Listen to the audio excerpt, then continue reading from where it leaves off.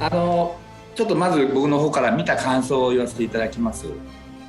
実は僕とマットさんとは、同い年なんですよね。同じ年生まれで、しかも誕生日がほぼ僕の2週間ぐらい前にお生まれになっていて、Oh, really? まず率直に言ってもしかして僕らは同じような映画を見て同じような映画に憧れて、来たんじゃないかなというような感じ、同世代の映画だなっていうふうにちょっっと思ったりもしたんです。Oh, wow. That's great. Thank you. I'm so Yeah, glad. yeah. So wait, Yeah. what's some of the films? What are the films? Like what movies? Give me what い you やい think. や、ゴッドファーザーとかアメリカンニューシネマですよね。Yeah. やっぱりどちらかというとなんていうんですかね、テレビを意識して作っていた、ちょっとなんていうんですかね、こう明るい照明とかもね、明るい照明というよりもちゃんと思い切って陰影でね、やっぱ映画ですから当然こう陰影で勝負するとか、Sure. それとなんていうんですかね、勝者にですね、勝ったものになんかな、感情を委ねないというか、共感を委ねない、むしろその敗者の気持ちに、敗れたものの気持ちにですね、こう共感していくみたいな、なんかそういうアメリカンニューシネマの時代の映画、70年代のメインは本当にゴッドファーザーなんですけども、そういう印象を持ちましたね。Oh, that's great. Thank you so い much. やいや、特にこうシンプルではない複雑さ、特に一人一人の役が持っている、登場人物が持っている複雑な感情、白か黒ではない、もっと人間って複雑だよね、もっと人間って面白いよねっていう、比較的こう分かりやすさを前提するこうヒーロー映画とは全く真逆の思考、本当に人間ドラマを本当に監督が描きたいんだなっていう思いがすごく伝わってきました。そこでちょっと That's exactly right. Yes. いやいや、そこでお伺いしたいのは、監督の多分狙いを実現するためのバットマンになって2年目っていう設定がやっぱ秀逸だったと思うんですけど、そのアイディアを思いついたきっかけとか、それによって何が生まれたか、ちょっとそのあたりについてお伺いできますか。 Well, I think the reason I wanted to set it in year 2 was because I didn't want to do an origin tale, because look, you enter into making a Batman film and you're entering into a history of film, and there have been some great Batman films, and so you kind of, there's an imperative to do something definitive and your own. And I feel that way anyway. I don't know where to put the camera unless I can make something personal. And so I wanted to make sure that, first of all, we wouldn't do an origin tale because we'd seen it done. But I wanted still to make sure that Batman was the center of that story, and that he was an imperfect character, that he was a human character, and that you gave him a story that would have an arc so that he could have an awakening. So I thought, well, one thing I could do is lean into what really began with the creation of the character from Bob Kane and Bill Finger in the comics, as kind of a noir in the world's greatest detective. And so this idea of leaning into a psychological detective story and make Batman be solving a crime that would lead him on a journey to discover the corruption, the history of this place, the place that robbed his family from him as a boy. I figured that idea of hitting him early in his career would give him a way that he could have an awakening and change. I didn't want him to be already set in his ways. I wanted him to be acting in this way where his shadow side was driving him, almost like Jekyll and Hyde, and he didn't understand the degree to which all of this is quite personal, and so that he would start to understand even that part of the reason that he wasn't having the effect he wanted to have in this city was because the message he was projecting of vengeance was not necessarily the message that he needed to be projecting, and that was having an effect on the city that he didn't intend. So that this was all about a Batman in his early years who could transform and could have an arc so that we could show an emotional journey. I wanted it to be a human, flawed depiction of this character. Yeah, I got it. Yeah. Great. そう、それと、やっぱり今ちょっと冒頭ちょっと最初に言っていただいて、もうこういうバットマンの映画に関して素晴らしい作品ってたくさんある。それに対してやっぱりこうプレッシャー、同じ作り手としてね、そういう作品に立ち向かう時のプレッシャーっていうのはものすごかったと思うんだけど、そこにこう打ち勝った、Yes. 打ち勝つためにどういうことをされたのか、そしてそれでこうそれにどういうふうに立ち向かおうと思ったのか、ちょっと同じ作り手として聞きたいですね。You know, I mean, I think that you have to approach the film with a certain reasonable level of terror, you know, because I don't think, you know, you can't take it casually. Because, well, first of all, to me, the work I do, even though I have done, you know, the last number of films I've done have all been genre films. And I think if I could sort of describe the kind of filmmaking that I thought I would have begun at the beginning of my career, you know, I was inspired by the films you're talking about in the 70s. And they're all sort of very humanist, personal films. And weren't necessarily, they might touch in genre, like, you know, Taxi Driver is kind of a gothic horror movie, but it's that kind of film. But I kind of wouldn't have imagined that I would be doing the films that I am doing, even though I love them. And it's just that the industry has changed so dramatically that this is now what, if you want to make a movie on this scale, you're making this kind of movie. And I was so fortunate that they came to me to do this one, because I can't think of another that would lend itself so perfectly to my interests, which is that there's a way to make this kind of film personal storytelling. And so the thing that I tried to do was to find that way to make it personal and to find a way to really make it human. And I think this myth has endured for 80 years because it's that powerful. And there have been great movies. And I think that what happens is you're driven by the good kind of fear, the fear that says, okay, you're going to fail if you do something that we've seen before. And you're going to fail if you aren't reaching for something that shows your ambition, because others have done that and succeeded. And so in that way, it's a great challenge. You have the challenge put before you to go like, okay, you've seen a great Batman film, so what can you do that's different? What can you do to try and make a film that you hope will be great? And so you approach it with a certain level of excitement and a healthy dose of terror. すごい共感できます。いや僕はそこのね、まず最初のチャレンジを実を言うとバットマンの登場のシーンでですね、やっぱりその監督がやろうとしている今回のバットマンのテイストというのがもう一瞬にしてこうなんていうのかな、こっちに飛び込んできた溜め込んで暗闇から現れるバットマンで、実は今までたくさんのバットマンを見てきたけど、僕が見たかった僕がですね、これもパーソナルにあって、僕が見たかったバットマンっていうのはこのバットマンじゃないかって思うような登場の仕方をしたんです、今回の映画で。That's so great. I mean, because to me, there's an aspect of a kind of psychological horror, and you know, one of the inspirations for me in terms of that very appearance is David Lynch. Lost Highway, like the emergence in the dark hall. Bill Paxton comes out of that readable black. He just emerges, and you don't know why, but it's very scary, very unsettling, and very uncanny, almost like a dream. Batman's appearance is like a nightmare vision, and so I wanted to do that too. To me, I felt that existed in the comics to a degree, and that was one of the things that we worked really hard to try to achieve, which was how to make his goal in wearing this suit. There's two goals. One is, of course, just the tactical. He's trying to protect himself. But why would you appear in a suit that is like in the form of this bat?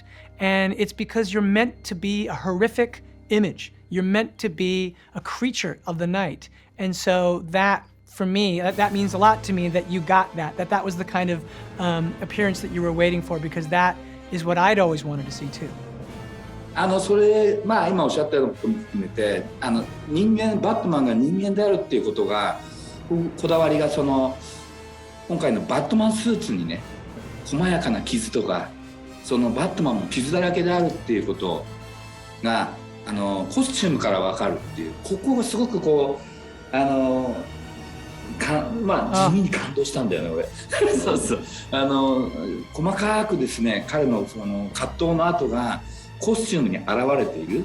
つまり監督がおっしゃったね、こう人間を描くっていうところがビジュアルにも徹底していってる。それはコスチュームもだし、光と影についてのここまでね影にこだわった陰影にこだわった演出っていうのはもちろんセットも素晴らしいんだけれども、アクションの見せ方も含めて見せないことにこだわった。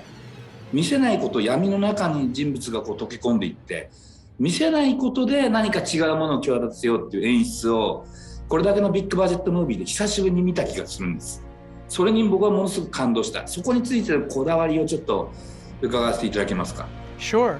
I mean, as far as in terms of the costume, this idea of imperfection, it was to show the humanity, and that was one of the things from the beginning. He's been going out in this suit, you know, for 2 years now. And so it means that he goes out nightly looking for a fight. And so the idea of seeing the number of times he's taken a blow, by the first time you ever see his cowl and you can see the scrapes and the stitching, and you can also see that he's made it himself. You can see the seams. I wanted this to feel like you understood that this was a guy who was a loner, who was doing this without the help of anyone else, and was kind of piecing it together, and you can see how it fits together, and you can see the scrapes and the scratches. You can see his effort and his struggle. And so the suit was absolutely meant to sort of show that sort of part of his humanity. And one of the interesting things about the suit, because even just thinking about the practicality of being Batman, you know, you can't be Batman and walk through a well-lit space and do what you're supposed to do. So like, you know, Batman can't go looking for crime in front of, you know, a liquor store, a convenience store. He'll stand out like a sore thumb. They'll go, well, oh, there's that guy in the bat suit. What's he doing? And so I realized that we had to find different modes of expression for him, that when he was looking for crime, he couldn't be Bruce Wayne, because Bruce Wayne is super famous, and he couldn't be Batman because Batman would stand out too. So that's how we did this drifter character. And then the idea that when he was in the suit, that he would be lit a specific way, it's because the illusion he's trying to create depends on shadows. You have to have the shadows, and that kind of, he's trying to tap into the unconscious, right? He wants the unconscious of the people that he's engaging with to fill in their terrors. He's trying to engage them in their fears. And so this idea of dealing with light and dark was something that Greg and I, you know, we looked at every single scene. Sometimes you'd hit a light and I'd say, oh wait, he's lit too much. You know, if you lit him too much, suddenly the illusion broke. And that was the whole idea. In a way, Batman is a magic trick. He's showing up here out of the shadows, and he's casting a spell. And so the light is critical to the spell. But light also, for me, is always very emotional. And the idea of, even the idea of the romance of, you know, I did a movie with Greg, because Greg called Let Me In. That was the first movie we did together. And in it, there are these night scenes, and there are these two children who are meeting in the courtyard, and they're under these sodium vapor lights, which have an almost golden sunset quality, but it's also the harshness of that kind of night light. And it's that mixture that has a kind of softness and romance, but also a kind of hard-edgedness that's also the streets. And Gotham felt like this to me. Gotham, the night light, the street light, and what that felt like. So the light expression was something we talked about on every single scene, from every single moment. すげえ面白い。ゴッサムの、そう今言われて思ったんですけど、ゴッサムシティがね、やっぱり新しいゴッサムが出現したと思ったんですね。やっぱりそのまさにこう今まで僕らがバットマン見てきたゴッサムシティっていうのはどこかの街を連想させる、一番はニューヨークだったんですけれども、今回はね逆に僕らはこのゴッサムも今現代のニューヨークではなくて、まさに70年代とか60年代、ちょっとこう僕ら外国人からすると地下鉄に乗るのも怖いようなね、なんかああいう怖いニューヨークというか、そういう舞台に変わった。このぐらいそのゴッサムのイメージも変えようと思った理由、これもまあ登場人物のいろんなことに紐ついてると思うんですけども、そこもちょっと伺わせていただいてよろしいですか。Yeah, I mean, what I wanted to do was I wanted it to be an American city, but I didn't want it to be an American city that you could pin exactly, meaning if we were going to shoot, I knew I wanted something that was like Times Square, that was going to be Gotham Square, but I knew if I shot it in Times Square, people would say, oh, he's trying to say that Gotham is New York. But I didn't want Gotham to be New York exactly. I wanted Gotham to be another city that was evocative of New York, evocative of a big city like Chicago, but wasn't either of those places.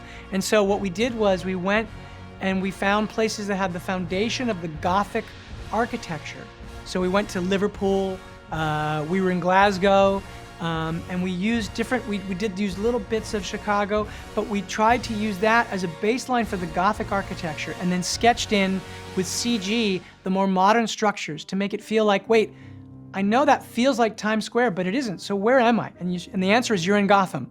And I think that your question about the tone in terms of it feeling like New York from the 70s or 80s, that's exactly right. I mean, you know, I remember going, I was mugged in Times Square in the 80s. Yeah. And you know, there was that feeling of New York being a very dangerous place, a place, you know, obviously through the 70s, the city was bankrupt. It was going, you know, you just always had this feeling of total collapse. And I felt like Gotham needed to be a place that was in this much trouble. And so this idea, you know, especially as taken from Year One was written in the 80s as well, the Frank Miller, Mazzucchelli classic. And the tone of that spoke very much to me. And it felt like the 70s movies that we talked about. And so I figured that I wanted to find a way to create a Gotham that was in that vein, a city of decay and of violence, and also teeming with life in a way too. And you could feel the desperation of the Gothamites going to the Iceberg Lounge to go lose themselves, you know, in a moment of dance, you know, with the bright lights, so they could forget the desperation of their lives. Gotham had to be a very desperate place.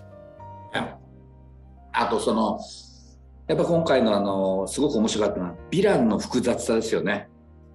もしかしたらバットマン自体がヴィランであってもおかしくないようなね。僕はある種バットマンと、何でしたっけリズラーのどっちがどっちだってもおかしくないようなキャラクターの相似性っていうのも感じた。バットマンが彼の立場に入っていってもおかしくないような。だからすごく現代的ななんていうんですかね、社会に対する復讐心っていうのを持っている。で我々がちょっとどっか心の中で抱えてるこの SNS 時代のその復讐心、どこからいつ誰から刺されるか分かんない、とんでもない方から矢が飛んでくるような、そういうものに対して我々がどう身構えていくのか、それが極端まで走るとどこまで行ってしまうのかっていう、なんかそういうことがヴィランにものすごく反映されて面白かった。そのヴィランがだからどういうふうにリズナーというキャラクターが作られたのかっていうこともちょっと監督の考えを伺いたいですね。Well, I was inspired by one of the comics in particular, The Long Halloween by Jeff Loeb and Tim Sale, and it was a serial killer story. And I started thinking, well, if I want to do the world's greatest detective, then I should have him investigate these murders, and the murders could be revealing the truth about the corruption in this place. And so I thought, okay, and if I want to make it personal, which was the key to me, I figured, well, the killer could be leaving correspondence and messages to the Batman, and that would be very unsettling to Batman, and then we could lead him along a path that would both describe the corruption of the city, but also lead back to his own origins. And so when that idea came about, that sounded to me actually when I thought of puzzles and ciphers that someone might leave behind. I was thinking of the Zodiac. And when I thought of the Zodiac, I said, boy, that description sort of works for the Riddler. And I thought this was a chance to do a version of the Riddler that had never been done, which was this kind of dark serial killer version who was also kind of a political provocateur, somebody who was trying to expose the fraud in this city and had a kind of political message about why this place was so corrupt, which ultimately in time would be revealed to be very personal for him. So on the one hand, it seems like a political statement, but it's actually a very personal vengeance that has a connection to Batman's desire for personal vengeance. And so I thought that Batman and the Riddler could be mirror images of each other, and that Batman, in a way, he liked to think that there's a line he won't cross, but because he's taking the law into his own hands, and because he's probably not aware of how much he's driven by his shadow side, he doesn't realize how close he comes constantly to crossing that line, and the danger of crossing the line is always there, and the Riddler just has no problem crossing the line. But they have the same kind of mission, so they're in dialogue with each other, and even visually, I wanted, at the beginning of the movie starts with this big title that says The Batman, and then you're seeing somebody watching voyeuristically and spying on someone, and you're hearing him breathing, and I'm thinking, oh, the audience may wonder, well, it says the Batman, does that mean this is the Batman? But it's actually the Riddler. And elsewhere, you see Batman spying elsewhere, and you think, oh, is that the Riddler? But it turns out to be the Batman. And so there's a desire to kind of show that they have a connection. There's a spiritual connection, and they're two sides of the same coin. And for me, the idea of the social media was very important because I wanted to ground it in what we're experiencing today. To me, this idea of the viral nature, the idea of how you can inflame a mob through communication over social media, that was one of those things that when I was thinking, well, how would the Riddler communicate? I felt that in today's world, if I wanted this to feel like it had resonance with today's audiences, it had to be social media. And so that was where that was born out of, was a desire to take Gotham, and though it was a city that didn't exist in the real world, I wanted it to feel like it did exist in our world. So I wanted it to make it of today. 僕も実はですね、97年から99年、2年間ですけれども、監督と同じですね、南カロライナ大学ちょっとインターンとしてちょっといたことがありましてですね、で、そのハリウッド映画の中のアクションっていうのは、やっぱり映画の原点っていうのはチャプリンであり、キートンであり、ロイドであり、やっぱりそのコミュニケーションとしてやっぱり映画の中でのアクションの大切さっていうことをね、ハリウッドのフィルムメーカーたちはすごく大切にしてるんだなっていうことを感じたんですね。それで僕自身も映画の中でのアクションのあり方についてこだわっている。とりわけアクションによってどうやってキャラクターの感情を表すかということについて、今回もアクションの中からバットマン自身のその未熟さとかね、思いがけず結構やられたりしてるなみたいなバットマンがね、自分よりかなり格下に、そういうそのアクションに対しての監督のこだわり、今回の作品ならではのこだわりっていうのもところどころに感じることができた。その辺もちょっと教えていただけますか？キャラクターの感情表現とアクションの関係性。Well, I mean, I first of all, that's amazing. We were at USC at the same time. That's very interesting. Yeah. Because I graduated in '92, so I don't know. '92. Oh, okay. Yeah. But I think that's the key to action in cinema, is that it has to be connected to emotion, right? There has to be an emotional imperative. And for me, when I talked to Rob Alonzo, who was our stunt coordinator, I told him that in that scene where Batman comes out of the shadows, at the end of it, I wanted him to unleash, and I wanted you to understand that this wasn't him doing something that was dispassionate. I wanted it to come from a very vengeful place. It had to be very personal, because the idea was that while he's imagining that he's out there trying to make things right, what he's really doing is he's out for vengeance. He's never going to get it, because he's never going to be able to change his past. That's gone. But this is what drives him, is this idea that somehow he can intimidate and attack and get revenge against the criminal element, and somehow maybe he can fail. I mean, to do what he failed to do as a child, what he couldn't do as a child. He couldn't save his parents from being murdered. And so he goes out night after night looking for this, which is kind of an insane kind of task to do. And so I wanted that violence to feel, I sort of, one of the references that I used for him, I said, when he comes out, I want him to erupt when the guy says, what are you supposed to be? And then the guy's gonna make a move at him, and then it's over.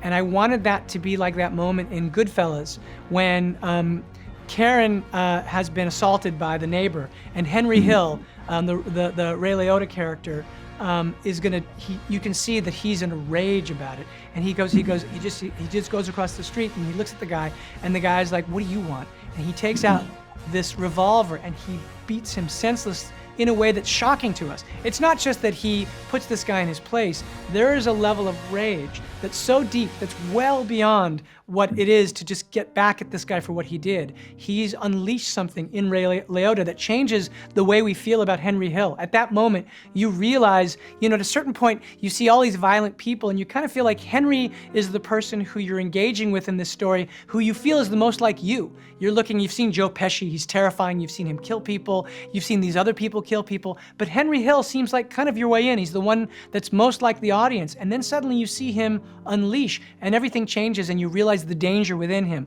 I wanted that level of danger within Batman. I wanted him to feel like this was an expression of something that wasn't rational, but was personal and hot. And then the action itself was all born out of that too. That Batmobile chase needed to be an extension of his obsession, of his rage, of his relentlessness. And so all of the action, even the idea of the wingsuit, that's his desperation. He's just trying to make it. He's getting by the skin of his, by the skin of his teeth. And the idea that in all of these fights, not only does he unleash and sort of put his rage outward, but he receives a lot of violence back, and he is injured. And the idea of that landing in the wingsuit was almost more important than the launch. The launch was desperation, but the fact that he was going to take this crazy tumble on the ground, and you were going to see him really kind of suffer and endure, in a way, that is his one superpower, is his will to endure anything in this mission. And so I wanted to show how much, not just he would give out, but how much he would take, because he's willing to go through anything. He's on an almost suicidal mission